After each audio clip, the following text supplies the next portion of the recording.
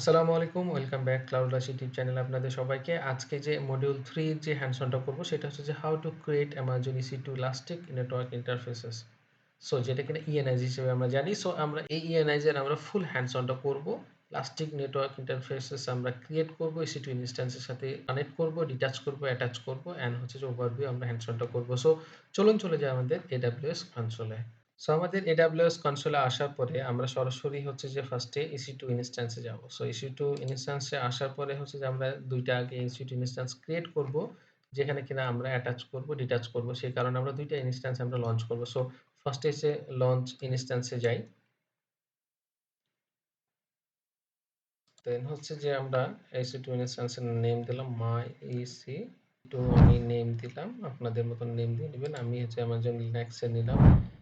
Miss এবং Linux আমি 23 টাই নিলাম এবং হচ্ছে যে Tito micro as usual.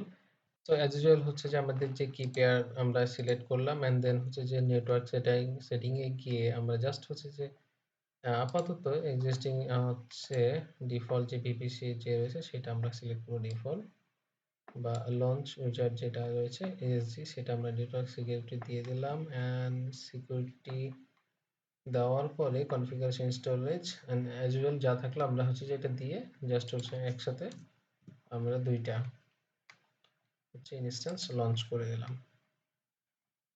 So আমাদের EC2 ইনস্ট্যান্স লঞ্চ হয়ে গেছে। সে লঞ্চ হয়ে গেলে এখানে রিফ্রেশ দেওয়ার পরে আমরা ২ টা পেন্ডিং দেখতে পাবো। সো আমরা এখানে একটা নেম দিয়ে দিই, হাইফেন 1 আমি দিয়ে দিলাম এন্ড হচ্ছে my EC2 হাইফেন 2 দিয়ে দিলাম জাস্ট রিমাইন্ডারের জন্য। সো আমাদের EC2 ইনস্ট্যান্স গুলো এখন প্রিপেয়ার হচ্ছে। সেইখানে দেখেন আমরা জাস্ট দেখানোর জন্য আমরা যে EC2 আমরা এইখানে আসার পরে আমাদের যে নেটওয়ার্ক আছে নেটওয়ার্কিং এর এই অপশনে আসার পর আমরা নিচে যাব। নিচে আসলে দেখেন এখানে দেখা যাচ্ছে নেটওয়ার্ক ইন্টারফেসেস। সো ডিফল্ট হিসেবে আপনার EC2 ইনস্ট্যান্সের সাথে যে নেটওয়ার্ক ইন্টারফেসটা অ্যাটাচ হয়ে থাকে ইনবিল্ট, সো সেই ক্ষেত্রে আমরা এই যে এই ইনফরমেশনটা দেখতে পাচ্ছি। আমরা থিওরিটিক্যালি দেখেছিলাম একটা ENIs এর সাথে কি কি থাকে, যে পাবলিক IPv4 অ্যাড্রেসের যে পাবলিক আইপি থাকে, প্রাইভেট আইপি অ্যাড্রেস থাকে এবং প্রাইভেট IPv4 DNS এর যে একটা থাকে সেটা আমরা এখানে দেখতে পাচ্ছি। এন্ড হচ্ছে যে সিকিউরিটি গ্রুপের আমরা কথা বলছিলাম যে VPCর সাথে আমরা অ্যাটাচ করতে পারি। অ্যাটাচে যেমন হচ্ছে সাবনেট দেন VPC সাবনেট আর আইডি পাচ্ছি এবং হচ্ছে সিকিউরিটি যে অ্যাটাচ করেছিলাম সিকিউরিটি গ্রুপটা, সেই গ্রুপটা আমরা দেখতে পাচ্ছি। সো এই যে ডিফল্ট যে EC2 ইনস্ট্যান্সের সাথে আপনার যে ইন্টারফেসটা রয়েছে নেটওয়ার্ক ইন্টারফেসটা সেটা আমরা ওভারভিউ দেখলাম। কাস্টম ENIs যে আমরা ক্রিয়েট করব এন্ড সেই ENIs টা আমরা হচ্ছে EC2 ইনস্ট্যান্সের সাথে অ্যাটাচ করব। সো এর জন্য আমরা লেফট হ্যান্ড সাইডে আমরা যদি যাই দেখতে পাবো। দেন হচ্ছে যেখানে আমাদের যে নেটওয়ার্ক ইন্টারফেসটা রয়েছে আমরা সেই নেটওয়ার্ক ইন্টারফেসে আসবো। সো আমরা এই নেটওয়ার্ক ইন্টারফেসে আসার পরে আমরা দেখছি যে ২ টা নেটওয়ার্ক ইন্টারফেস আমরা দেখতে পাচ্ছি। সে কি কারণে, যে আমরা ২ টা EC2 ইনস্ট্যান্স লঞ্চ করেছি। সেই ২ টা EC2 ইনস্ট্যান্সের সাথে এই ডিফল্ট হিসেবে আমরা যে নেটওয়ার্ক ইন্টারফেসটা আপনার ক্রিয়েট হয়ে আছে যেটা কিনা দেখেন। সো এই যে ওভারভিউ আমরা দেখতে পাচ্ছি। সো আইডেন্টিফাই করার জন্য আমরা যদি একটু দেখি এটা 3B ও 3B1 3B1 যেটা সেটা কিনা EC2 my EC2 এটা হচ্ছে যে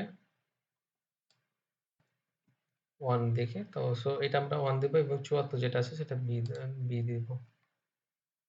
এটা দেখেন এটা ২ নম্বর দিব, এটা আমাদের ১ নম্বর দিব। সো আমরা এখানে জাস্ট মনে করার জন্য ENI 1 এন্ড হচ্ছে এটাকে 2 দিয়ে দিলাম। ঠিক আছে? সো এটা আমাদের 1 এন্ড 2 এর সাথে অ্যাটাচ রয়েছে। সো আমরা এখন হচ্ছে নতুন একটা ENIs ক্রিয়েট করব। So create network interface. Then এখানে আসার পরে দেখেন আমি হচ্ছে যে এখানে ডেসক্রিপশন আমি এখানে নাম দিব হচ্ছে যে আমার যেহেতু ১ ২ আমরা করেছি সেখানে আমরা এটা ENIs আমি 3 দিলাম। এন্ড দেন সাবনেটটার জন্য চুজ করার ক্ষেত্রে আপনারা এখানে দেখতে পাবেন যে অ্যাভেইলেবিলিটি জোন কোথায় কোথায় রয়েছে, বাট আমাদের EC2 ইনস্ট্যান্স কোথায় রয়েছে সেটা দেখতে হবে। সো আমাদের EC2 ইনস্ট্যান্স রয়েছে 2C তে রয়েছে অ্যাভেইলেবিলিটিতে। দেন সেই কারণে আমরা হচ্ছে 2C তে নিব। সো 2C নিলাম এবং হচ্ছে যে IPv4 অ্যাড্রেস অটো অ্যাসাইন আমরা দিয়ে রাখলাম।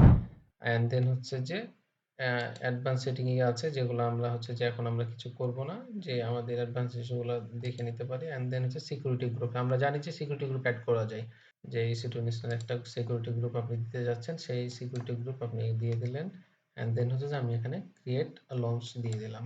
সো দেখেন এটা আমাদের ইন্টারফেসটা ক্রিয়েট হয়ে গেছে। ইন্টারফেসটা ক্রিয়েট হয়ে গেলে আমরা এখানে ডেসক্রিপশনে দিয়ে রাখছিলাম মাই ENIs 3। সো এটা অ্যাভেলেবল রয়েছে। সো এই অ্যাভেলেবল রয়েছে, এই আমরা ENIs কে আমাদের EC2 ইনস্ট্যান্সের সাথে অ্যাটাচ করে আমরা দেখব। সো সেই ক্ষেত্রে দেখেন আপনার definitely private IP, public IP অ্যাড্রেসের যে ইফেক্টটা পড়ে সেটা আমরা এখন দেখতে পাবো। সো দেখেন এটাকে আমরা সিলেক্ট করে এটাকে সিলেক্ট করলাম, সিলেক্ট করে করলাম দিয়ে এখন অ্যাটাচ করব। সো অ্যাটাচ করার জন্য অ্যাকশনে যাব, অ্যাকশন দেন অ্যাটাচ যদি চাই, অ্যাটাচে আমি যদি এখানে অ্যাটাচ দেওয়ার পরে দেখেন এখানে নেটওয়ার্ক ইন্টারফেসটা আমার দেখাচ্ছে এবং ইনস্ট্যান্সটা চুজ করার জন্য বলছে। সো দেখেন এখানে 1 এন্ড 2 দিয়ে রেখেছি, আমি 1 এ সিলেক্ট করলাম। সিলেক্ট করার পরে আমি হচ্ছে অ্যাটাচ দিয়ে দিলাম। সো এই অ্যাটাচ করে দিলাম। সো এখানে দেখেন অ্যাটাচ করার পরে আমরা যে EC2 ইনস্ট্যান্সে যাব। সো EC2 ইনস্ট্যান্সে আমি 1 এর সাথে অ্যাটাচ করেছি, এটা আমি একটু রিফ্রেশ করি। সো এটাতে রিফ্রেশ করার পরে দেখেন এখানে আগে ইন্টারফেসটা কত ছিল, এখানে যে নেটওয়ার্ক ইন্টারফেসটাতে কত ছিল, এই একটাই ছিল যেটা কিনা ইনবিল ছিল। এন্ড দেন দাঁড়ান, এই দুইটা আমরা হচ্ছে দেখতে পাচ্ছি। সো এইভাবে হচ্ছে যে সেম আমাদের যে ইএনআইসটা রয়েছে, এখন আমি একটা EC2 ইনস্ট্যান্স সাথে অ্যাটাচ করেছি এবং এইটাকে আমি হচ্ছে যে আবার ডিটাচ করব। সো ইএনআইসকে ডিটাচ করে দেন হচ্ছে যে নতুন যে অন্য যে ইনস্ট্যান্স রয়েছে সেটাকে আমরা অ্যাটাচ করব। সো এটাকে সিলেক্ট করার পর জাস্ট হচ্ছে যে ডিটাচ করলাম। সো ডিটাচ এনেবল যে ফোর্স ডিটাচেবল এন্ড ডিটাচ করে দিলাম। সো ডিটাচ করার পরে জাস্ট আমরা রিফ্রেশ দিই। সো দেখেন এটা অ্যাভেলেবল হয়ে গেছে। সো এটাকে আমি এখন হচ্ছে যে আমি নাম্বার 1 EC2 ইনস্ট্যান্সের সাথে অ্যাটাচ করেছিলাম, এখন হচ্ছে যে নাম্বার 2 এর সাথে অ্যাটাচ করব। সো অ্যাকশনে যাওয়ার পরে অ্যাটাচ, দেন হচ্ছে যে আমাদের যে EC2 ইনস্ট্যান্স হচ্ছে যে নাম্বার 2 দিব। সো নাম্বার 2 দিয়ে আমি অ্যাটাচ করে দিলাম। সো দেখেন এটা ইউজ দেখাচ্ছে ইনস্ট্যান্টলি। সো আমি EC2 ইনস্ট্যান্সে যাওয়ার পর দেখেন এটা আমি এখনো রিফ্রেশ দিই নাই। সো সেই কারণে নাম্বার 1 EC2 ইনস্ট্যান্সের সাথে দুইটা দেখাচ্ছে, বাট আমি যখন এখানে রিফ্রেশ দিব সেটা সে একটা দেখাবে। সো দেখেন এটা একটা দেখাচ্ছে। সো একটা দেখানোর কারণে এখন আমি যদি নাম্বার 2 টা সিলেক্ট করি, সো নাম্বার 2 টা সিলেক্ট করার পরে আমি যদি রিফ্রেশ দিই, দেখেন এখানে হচ্ছে যে মাই এনএস 3 টা হচ্ছে যে আমার এই EC2 ইনস্ট্যান্সের 2 এর সাথে অ্যাটাচ হয়ে গেছে এবং এখানে দেখাচ্ছে ওভারভিউ সবকিছু। সো এইভাবে হচ্ছে যে আপনার ইএনএস ক্রিয়েট করে আপনার ইনস্ট্যান্সের সাথে মাল্টিপল আপনার ইনস্ট্যান্সের সাথে অ্যাটাচ করতে পারবেন, ডিটাচ করতে পারবেন আপনার রিকোয়ারমেন্ট অনুযায়ী। সো আপনার নেটওয়ার্কিং যে কনফিগারেশন গুলো থাকে, ক্রিটিক্যাল থাকে, কমপ্লেক্স থাকে, সেই ক্ষেত্রে আপনার কন্ট্রোল করার জন্য আমরা জানি যে এর আগে থিওরিটিক্যাল দেখেছি, সেই ক্ষেত্রে আপনার এই এএনএস ক্রিয়েট করে মাল্টিপল EC2 ইনস্ট্যান্সে অ্যাটাচ এবং ডিটাচ করে কমপ্লেক্স নেটওয়ার্কিং কনফিগারেশনকে সহজ করে আপনার হচ্ছে যে কম্পোনেন্ট এবং অ্যাপ্লিকেশন এবং VPC-র আন্ডারে অন্যান্য যে কম্পোনেন্টগুলো সেগুলো কন্ট্রোল করতে পারবেন। সো এই হচ্ছে যে ওভারভিউ। এখন হচ্ছে যে আমরা যে এই যে ক্রিয়েট করলাম সেই এনএস গুলো এখন আমি হচ্ছে যে ডিলিট করে দেবো, যেটা আমি ক্রিয়েট করেছিলাম। আর হচ্ছে যে আমার যে EC2 ইনস্ট্যান্স দুইটা ক্রিয়েট করেছি সেই ইনস্ট্যান্সকে আমি হচ্ছে যে এখন টার্মিনেট করে দেবো। সো টার্মিনেট করে দিলে ডেফিনেটলি আপনার যে এএনএস গুলা, যে ডিফল্ট যে এএনএস গুলা ক্রিয়েট হয়েছিল সেগুলা অটোমেটিক্যালি ছেড়ে দেবে। বাট আমি যে ক্রিয়েট করেছিলাম এএনএসটা সেটা থেকে যাবে, ওইটা আপনাদেরকে দেখাচ্ছি। সো দেখেন এইটা এখন হচ্ছে যে শাটডাউন মোডে চলে গেল। সো শাটডাউন মোডে যাওয়ার পরে আমরা যদি এনে যে ড্যাশবোর্ডটা দেখি, এখন এটা দেখাচ্ছে। আমি যদি রিফ্রেশ দিই, রিফ্রেশ দিলে নাম্বার 1 নাম্বার 2 অটোমেটিক্যালি ছেড়ে দিবে এবং চলে যাবে। সো দেখেন এটা অলরেডি যেহেতু শাটডাউন মোডে চলে গেছে সে কারণে অ্যাভেলেবল দেখাচ্ছে এবং কিছুক্ষণ পরে এটা অটোমেটিক্যালি এখান থেকে ডিলিট হয়ে যাবে। দেখেন অটোমেটিক্যালি এইটা ডিলিট হয়ে গেল। বাট এখানে আমি যে মাই ENIs 3 টা ক্রিয়েট করলাম সেটা শুধুমাত্র রয়ে গেছে। সো এটা অটোমেটিক ডিলিট হবে না, সেই কারণে আমাদেরকে সিলেক্ট করে এটা আমি হচ্ছে যে এটাকে ডিলিট করে দেব। সো এটা সিলেক্ট রয়েছে এবং হচ্ছে ডিলিট করে দিলাম। So delete.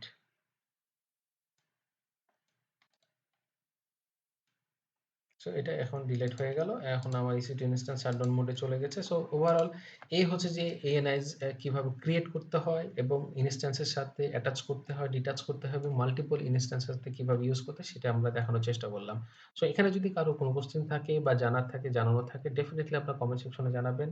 দেখা হচ্ছে, কথা হচ্ছে নেক্সট ভিডিওতে। ততক্ষণ পর্যন্ত সবাই ভালো থাকেন। আল্লাহ হাফেজ। আসসালামু আলাইকুম।